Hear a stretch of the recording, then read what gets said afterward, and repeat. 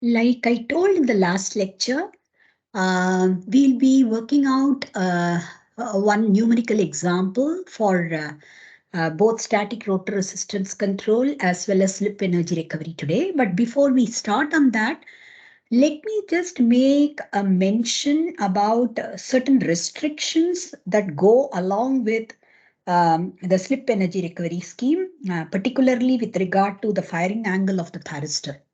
So, if you may recall, uh, the slip energy recovery scheme basically has a wound rotor induction motor which is connected to the three-phase supply like this. And the rotor is here, the rotor circuit is here, from which we are going to connect a diode rectifier.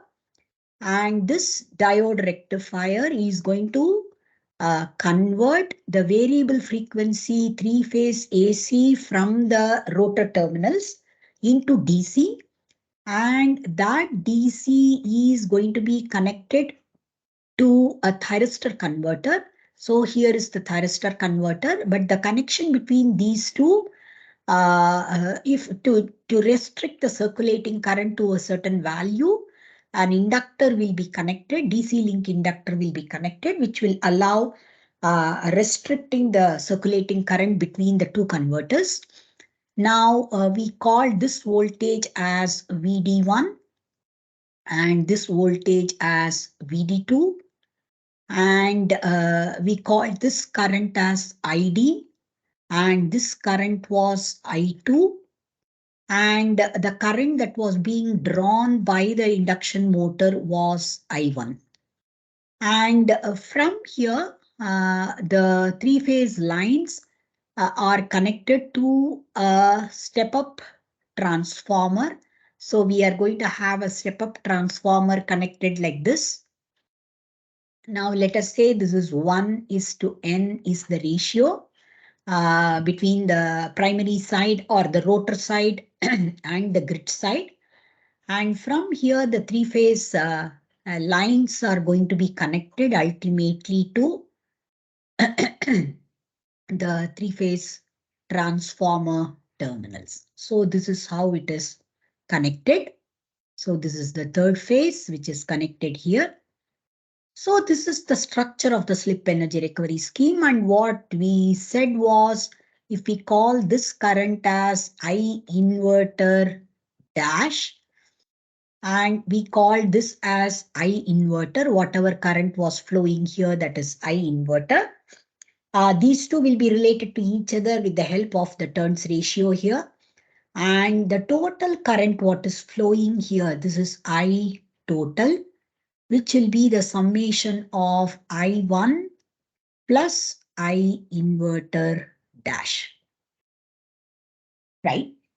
So now if you look at it, there is a DC link inductance here and there is a transformer here. This transformer is definitely going to have a leakage reactance.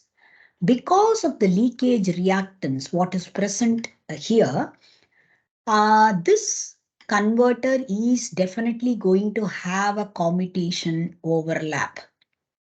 The source side inductance will always cause a commutation overlap. What we mean by commutation overlap is, if we are going to have, let us say this is the A phase voltage, which is coming from the grid, and let me draw the B phase voltage like this. And let us say the C phase voltage is somewhat like this. Okay, so these are the three-phase voltages. So if we draw the three-phase voltages like this, and let us say we are operating the converter at a firing angle of say 120 or something like that, or so if we are operating the converter at a firing angle of slightly higher than 120 or something like that. So this is A phase, this is B phase, this is C phase. So thyristor number 1 is going to be fired here, and obviously we are going to fire 2 here, 3 here, and so on. So correspondingly, we should say that At this point, we are going to fire 6, and here we are going to fire 5.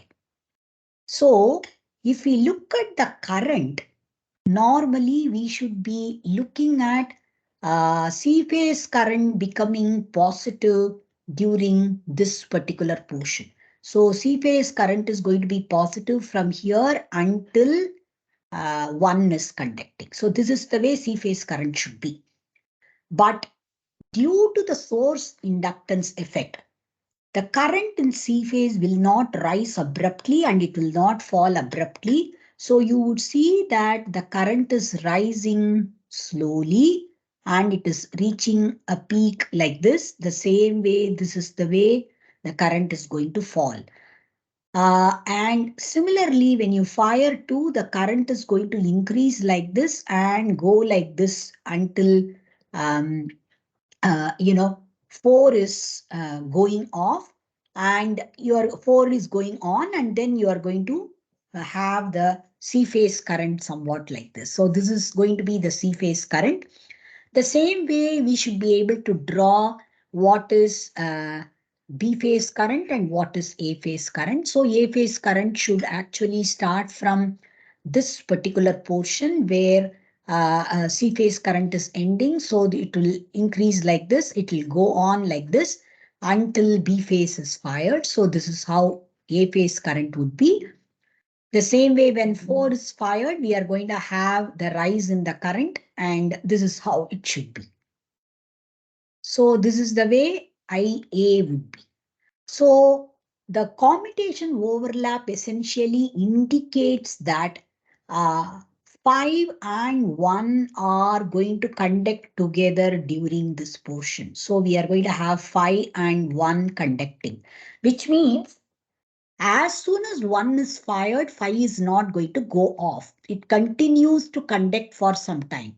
So this angle generally is known as the commutation overlap angle, where two positive devices or two negative devices conduct together at least for a short while. That means we have to have enough margin for this outgoing device, which is 5, to be completely turning itself off by reverse biasing it. So if you really look at when 1 is being fired and 5 has to go off, so we have to look at what is the value of VA C. This is the voltage which is going to be helping 5 to go off and 1 to come on. So because of which we have to look at how far VAC will be negative. This is A phase voltage and this is C phase voltage. So if you are looking at VAC, this is VAC.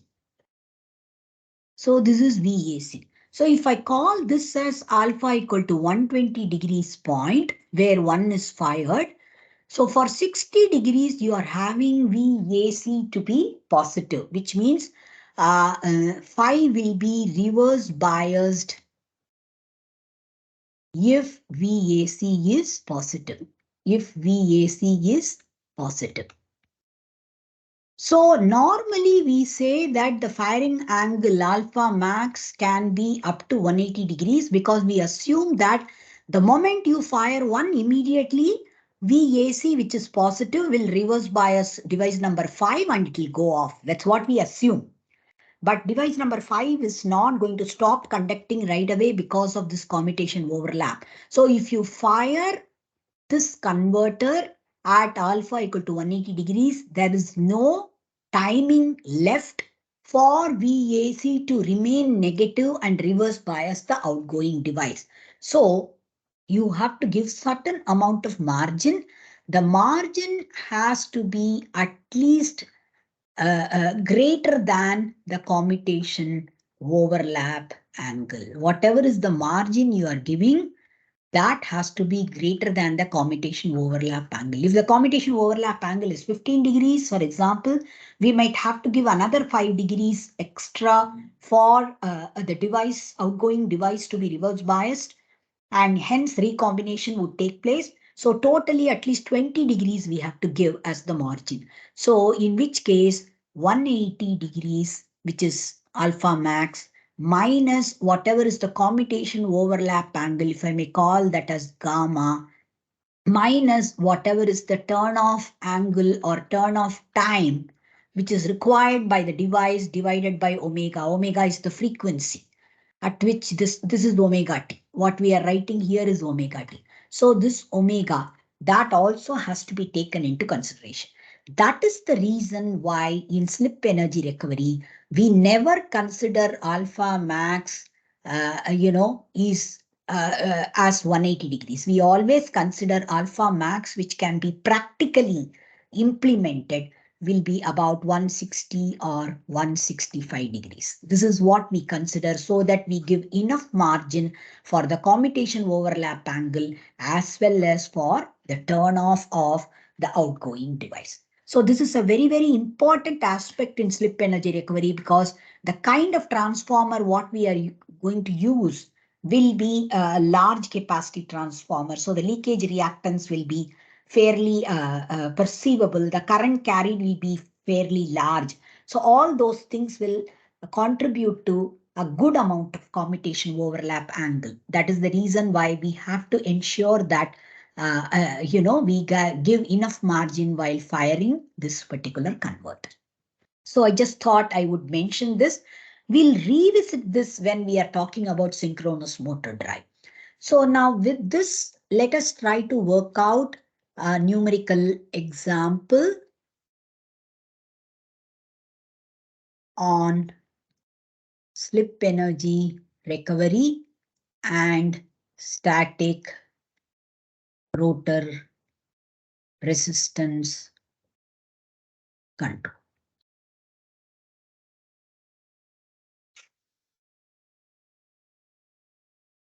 So let me try to, first of all, take out this problem. So the problem statement is somewhat like this. A three-phase, 400 volts, 50 hertz, 4-pole, 1400 RPM,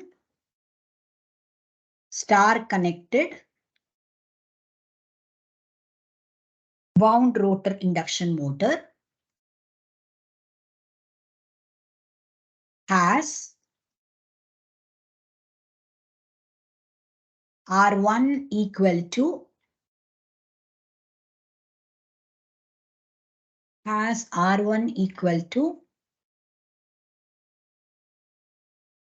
2 ohms, R2 dash equal to 3 ohms, X1 and X2 dash both are 3.5 ohms.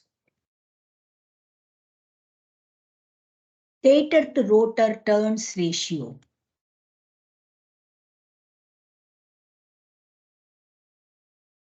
is 2. The induction motor is coupled to a fan driven at 1400 RPM when no external rotor resistance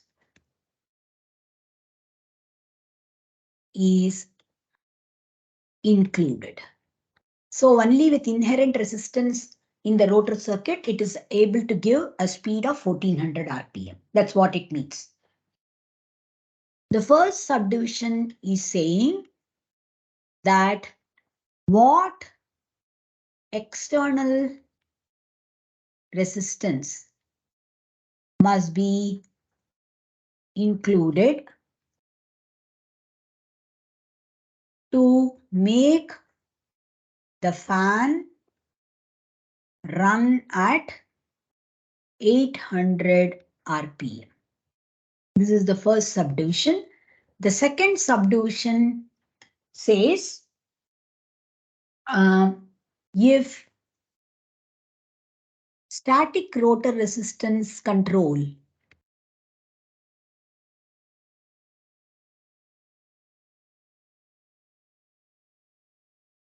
is implemented,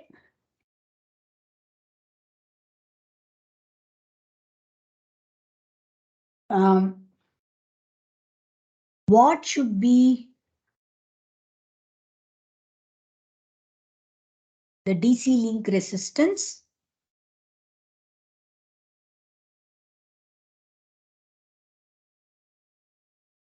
So that the fan runs at 800 RPM with the duty ratio of the static switch being 0.4. The third subdivision is pertaining to slip energy recovery. So what is being asked here is if the maximum slip required is 0.75, 0.25, sorry. That means the speed is being controlled between 100% to 75%. So that is speed range is from 100% to 75% of synchronous speed.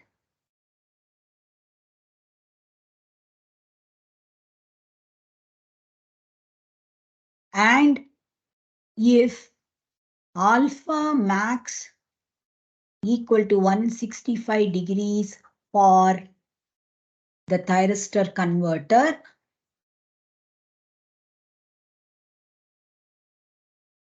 calculate the turns ratio of the transformer to be included between the inverter and the grid. The fourth subdivision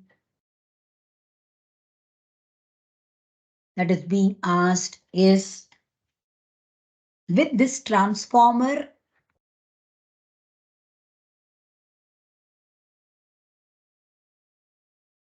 in the circuit,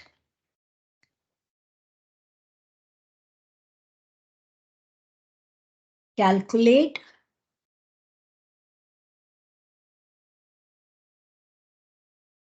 the torque at a speed of 1200 RPM and at a firing angle of 120 degrees. Assume that RD, that is the DC link resistance, is negligible. DC link inductor will have an associated resistance, but we are neglecting that. So let us first of all look at R1, R2, X1, X2. These are the values and stator to rotor turns ratio is 2. So let me try to solve this particular problem. Because it's fan type load, when initially it is written fan type load, we are going to have TL is proportional to speed square. This is a given because if we are saying it is fan type load, at least for subdivisions 1 and 2, it is made very clear.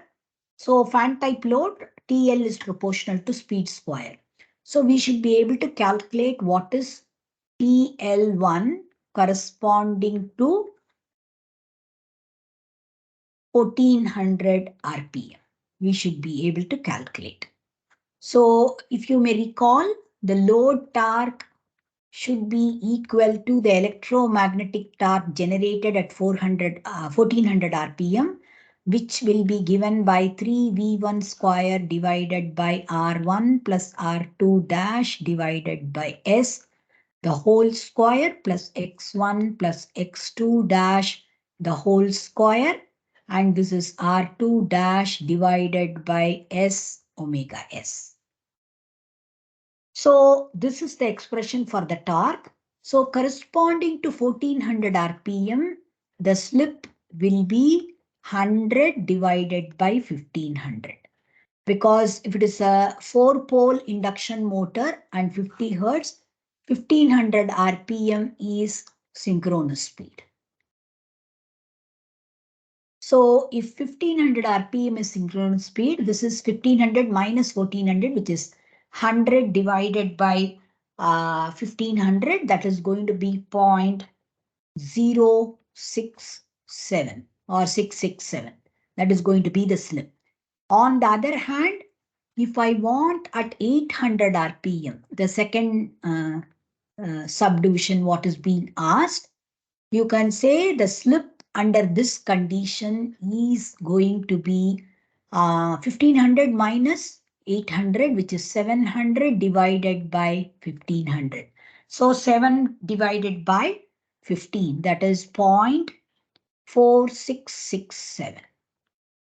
This is the slip at 800 RPM. So let us first of all calculate what is the torque at 1400 RPM. So this will be 3 multiplied by, this is star connected. So 400 divided by root 3 will be the per phase voltage. And R2 dash is given as 3 ohm. So 3 divided by S is 0.0667. And omega S, so 1500 RPM multiplied by 2 pi divided by 60. This will be omega S. So if you calculate this, it will come out to be 157 radians per second. So 1 by omega S is 1 by 157. Now let me write rest of the terms in the denominator. R1 is 2 ohms. R2 dash is 3 ohms. Divided by 0.0667, the whole square, plus x1 plus x2, that is 3.5 plus 3.5, which is 7 square.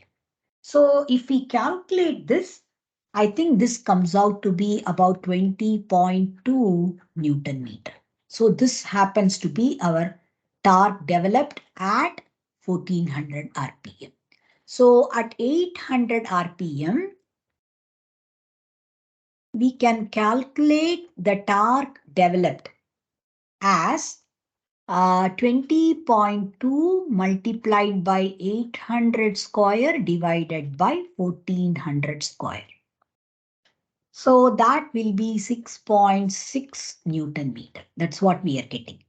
Now, if we want to get what is external resistance that we are going to include, we have to write this as 6.6 Newton meter equal to 3 multiplied by 400 by root 3 whole square multiplied by 3 plus some external resistance, whatever we want to include, divided by 0.0667 multiplied by 1 by 157.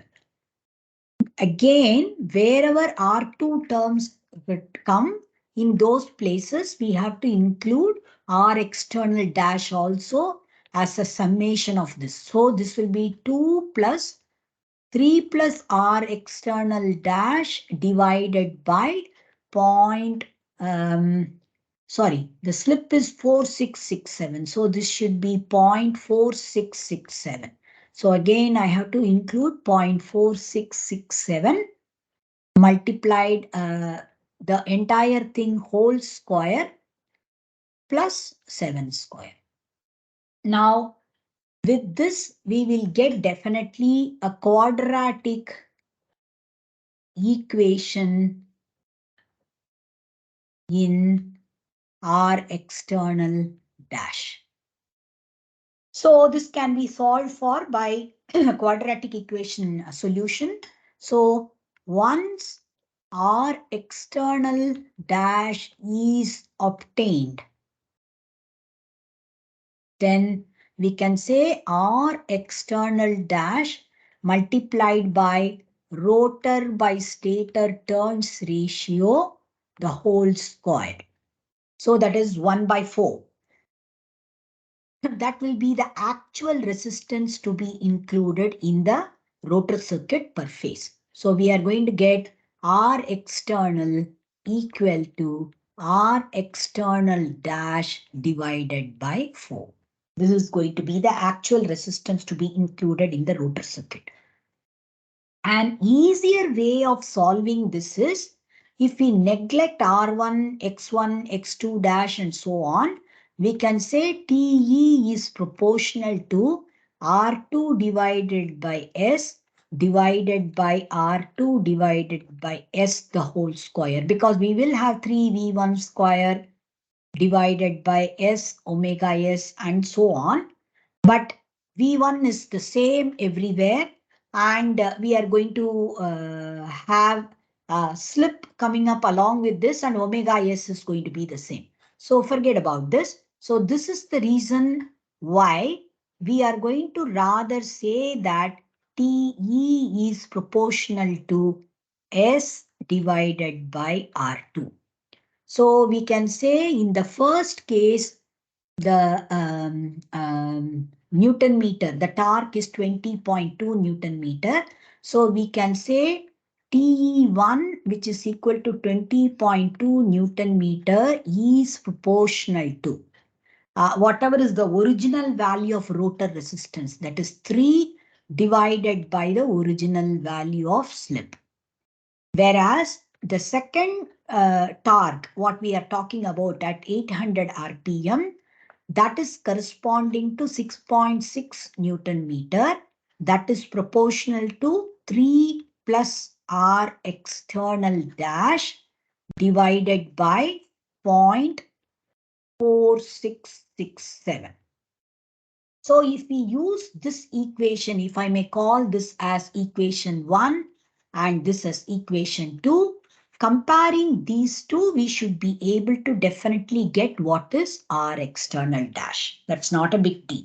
So if we are able to get that, then from that again, we will be able to calculate what is this R external to be connected in the rotor circuit.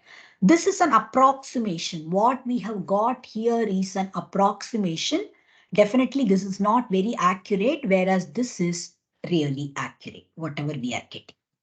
So that's, a compromise we can make. Okay. Now, the second subdivision, what we have in this problem is, if static rotor resistance control is implemented, what should be the DC link resistance so that the fan runs at 800 RPM with the duty ratio of static switch being 0.4. So if you may recall, what we had said earlier was in static rotor resistance control. We said that whatever is RD, that is connected across the DC link, multiplied by 1 minus duty ratio of the switch, that divided by 2, that is going to be the per phase resistance to be included in the rotor circuit. So what we have calculated as external resistance here, so this will be R external. We have already calculated R external in the previous subdivision. This is the per phase resistance to be included in the actual rotor circuit to reduce the speed from 1400 RPM to 800 RPM. And this should be equal to RD multiplied by 1 minus delta. What is given? Duty ratio is 0.4. So 0.6, 1 minus 0.4 is 0.6 divided by 2. So from which we can calculate what is the DC resistance to be included apart from the diode rectifier and a static switch. So this will give us exactly the calculation for the DC link resistance. The third subdivision, what is being asked is corresponding to slip energy recovery. So in slip power recovery or slip energy recovery scheme, we said that after introducing the transformer, we derived this particular expression. We said that, let me just go back. So this is the expression we got. S equal to cos alpha multiplied by 81 divided by n. So let me write that once again. So slip max is equal to 81 cos alpha max divided by n with a negative sign. Now here in this problem, what is being written is the maximum, the minimum speed what we require is for 75% of synchronous speed, or the maximum slip required is 0.25 and alpha max required is 165. So we should be able to write this as 0.25 equal to minus, this is 2, the turns ratio stated to rotor turns ratio is 2 divided by n and cos of 165 degrees. So from here, we should be able to calculate n, which is the turns ratio of the transformer. So once you substitute the value of cos 65, you can say this is 2 divided by 0.25 multiplied by cos of 165 degrees. This comes out to be 7.7. So the turns ratio of the transformer to be included, which should be in between the inverter, thyristerized inverter and the grid should be 7.7. That should be the turns ratio. Now the fourth subdivision which is being asked in this question is if the firing angle of the converter here is 120 degrees and if the speed is 1200 RPM with RD being negligible, what is going to be the torque? So you are being asked to calculate the torque. So let us try to look at this. First of all, we can say ID is going to be VD1 minus VD2 divided by what we derived in the last class. We said that 2 multiplied by SR1 dash plus R2 plus RD. That's what it is, right? So we can say S2 multiplied by SR1 dash plus R2 plus RD. Now RD is negligible. That is given already. Now we have to calculate what is VD1. This is diode rectifier output. So VD1 is going to be diode rectifier output and speed is 1200 RPM. So that is correspondingly slip will be 300 divided by 1500. So we can say slip is 0.2. So 0.2 multiplied by V1, which is 400 divided by 2. So this is the RMS value of rotor line voltage. So this is going to be 200 multiplied by 0.2. This is going to be RMS voltage. So this has to be multiplied by 1.35. So this line voltage has to be multiplied by 1.35, which will give us very clearly what is the value of the diode rectifier output voltage. And that comes out to be 54 volts. Similarly, VD2 can be calculated. VD2 is basically what is the thyristor converter output. So that is going to be again 1.35 V cos alpha. So V1 divided by N, because the transformer is intervening between the thyristor converter and the grid. So this is going to be 1.35 multiplied by 400 divided by 7.7, which is the turns ratio of the transformer we calculated, multiplied by cos of 120 degrees. So this is this value, this is minus of this because VD2 polarity is reversed. So this comes out to be 35 volts. Now, if I want to calculate what is ID, which is the DC current, DC link current, this will be VD1 minus VD2 divided by 2 times SR1 dash plus R2. So again, R1 is given as 2 ohm and stator to rotor turns ratio is given to be 2. So if I want to look at R1 dash, I should say 2 multiplied by 1 by 2 whole square. So that will be 0.5.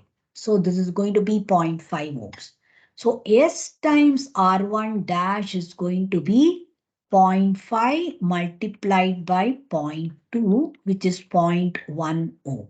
So SR1 dash will be 0.1 ohm. And similarly, we can say R2 dash is 3 ohm. So R2 is going to be 3 divided by 2 square. So that is 0.75 ohm. So R2 is going to be 0.75 ohm. So this will be VD1 minus VD2, which is 54 minus 35 divided by 2 times 0.1 plus 0.75. So this comes out to be 11.1765 ampere. Now we can say VD times ID is going to be slip power, where we can write VD is equal to VD1 plus VD2 divided by 2 and on an average basis. So this is 35 plus 54 divided by 2. So this comes out to be 44.5 volts. So we can say VDID divided by S omega S. That is what is the torque developed. So this is the developed torque in Newton meter by the shaft. So this is going to be 44.5 multiplied by 11.1765 ampere divided by the slip under this condition, 1200 RPM condition is 0.2. So 0.2 multiplied by 157. So this is going to be the torque developed, and that is corresponding to 15.839 Newton meter. So at 1200 RPM, you're going to have 15.839 Newton meter developed by this particular slip energy recovery drive.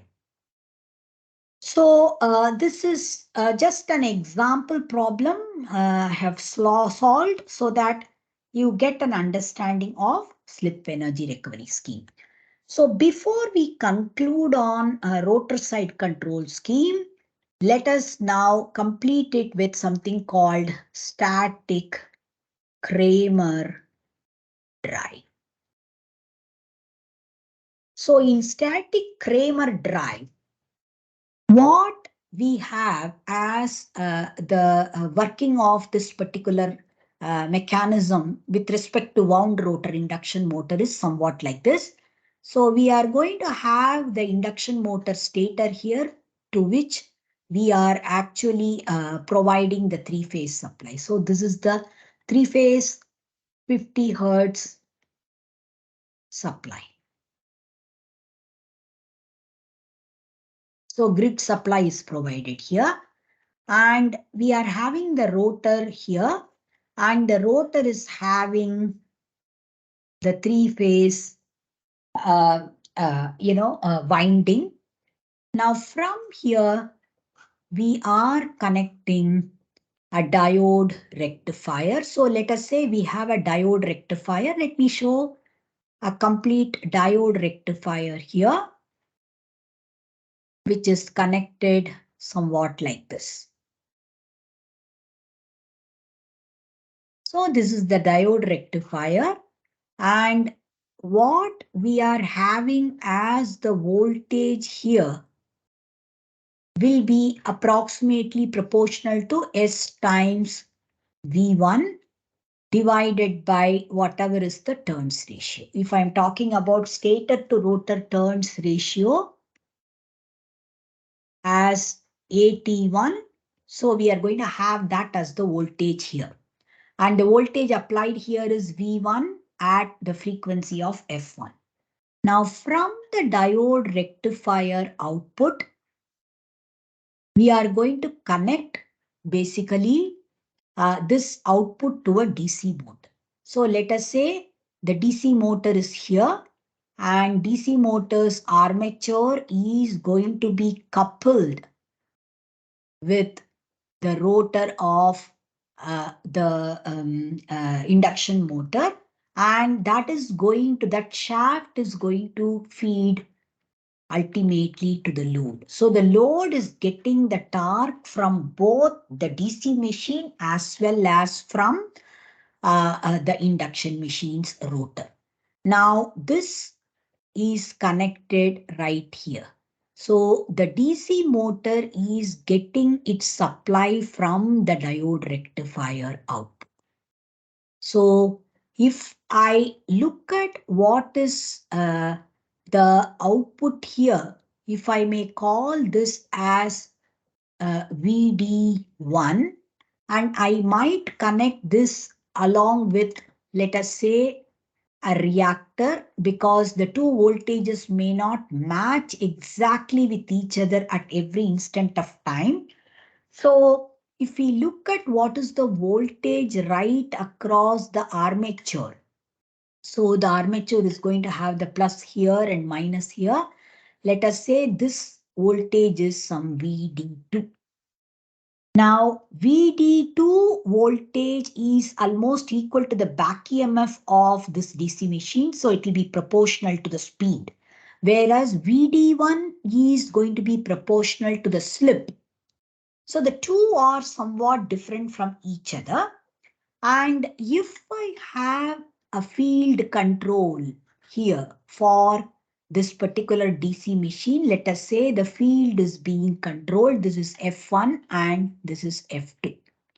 So you can imagine as though if I try to plot the characteristics of the DC machine and the characteristics of, the diode rectifier output, and let us say here is the speed.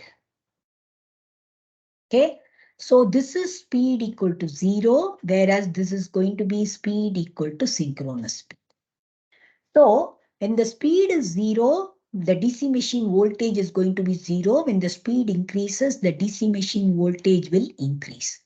So if this is corresponding to IF1, the field current IF1, if I increase the field current further, I will have a higher voltage for the DC machine.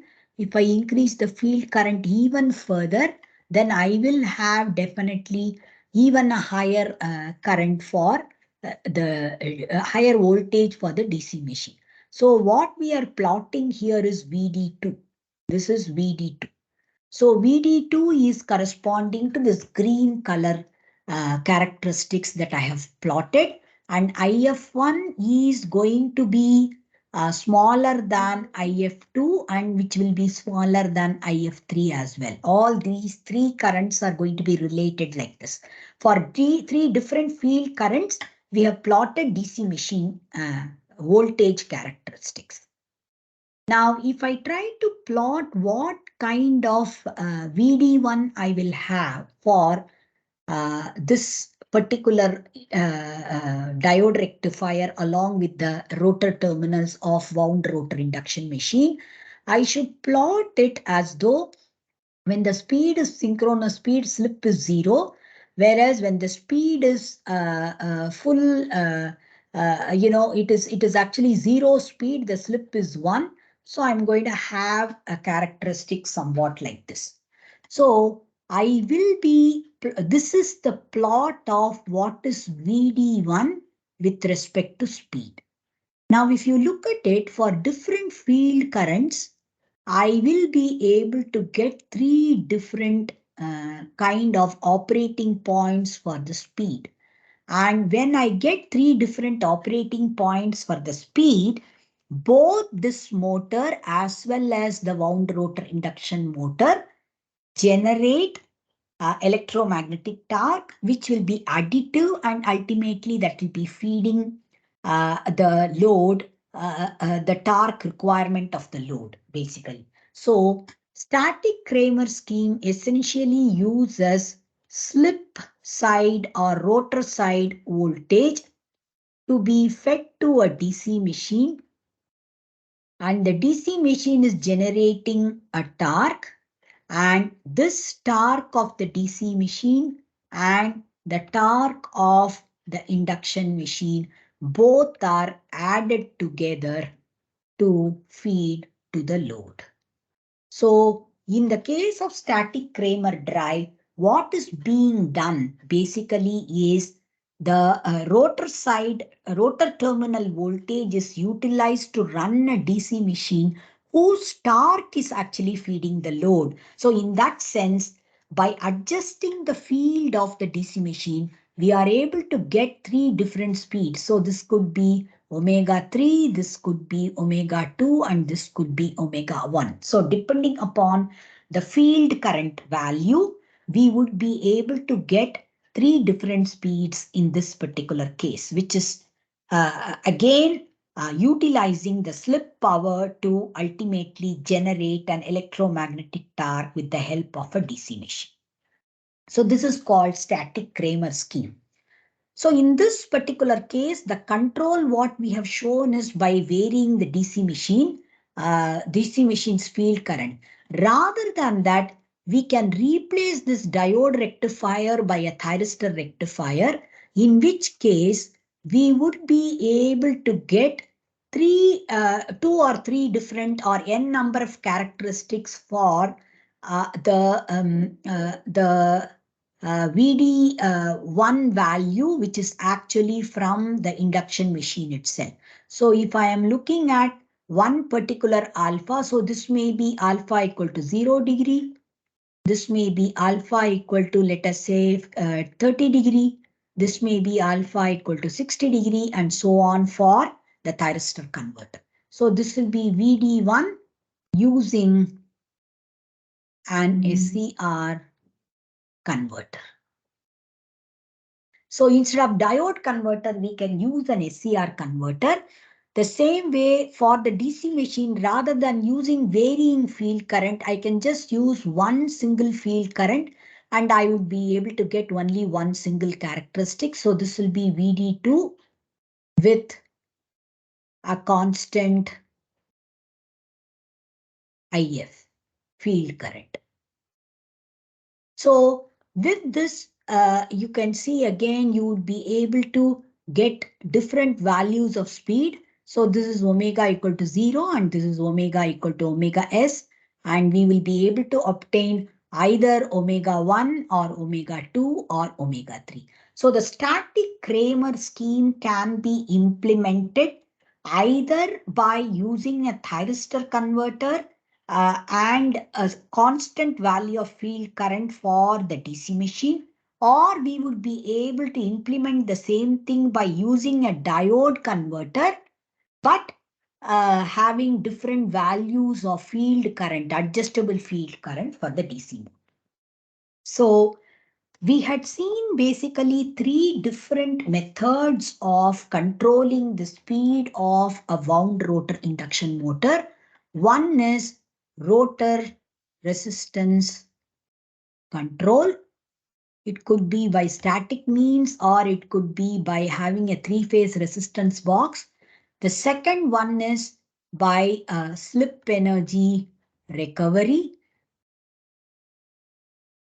by using subsynchronous converter cascade, or you can say that is static Scherbius scheme. And the third one, what we had looked at was again slip power recovered, but using a DC machine which is corresponding to static Kramer scheme. So this basically concludes the topic of wound rotor induction motor speed control, or controlling the speed and torque of an induction motor by interfering from the rotor side. This cannot be done in the case of a squirrel cage induction machine because it has a fixed value of rotor resistance. You cannot really tamper with the rotor resistance value. So the next topic that we are going to look at is speed control of squirrel cage induction motor. And normally whatever we employ for squirrel cage induction motor, those things can be employed for slip ring induction motor as well, except for pole changing. We'll be talking about pole changing as well. But voltage control or voltage and frequency control, everything can be used very easily with slip ring induction motor as well. So we'll be looking at specifically squirrel cage induction motor speed control schemes in the next few classes.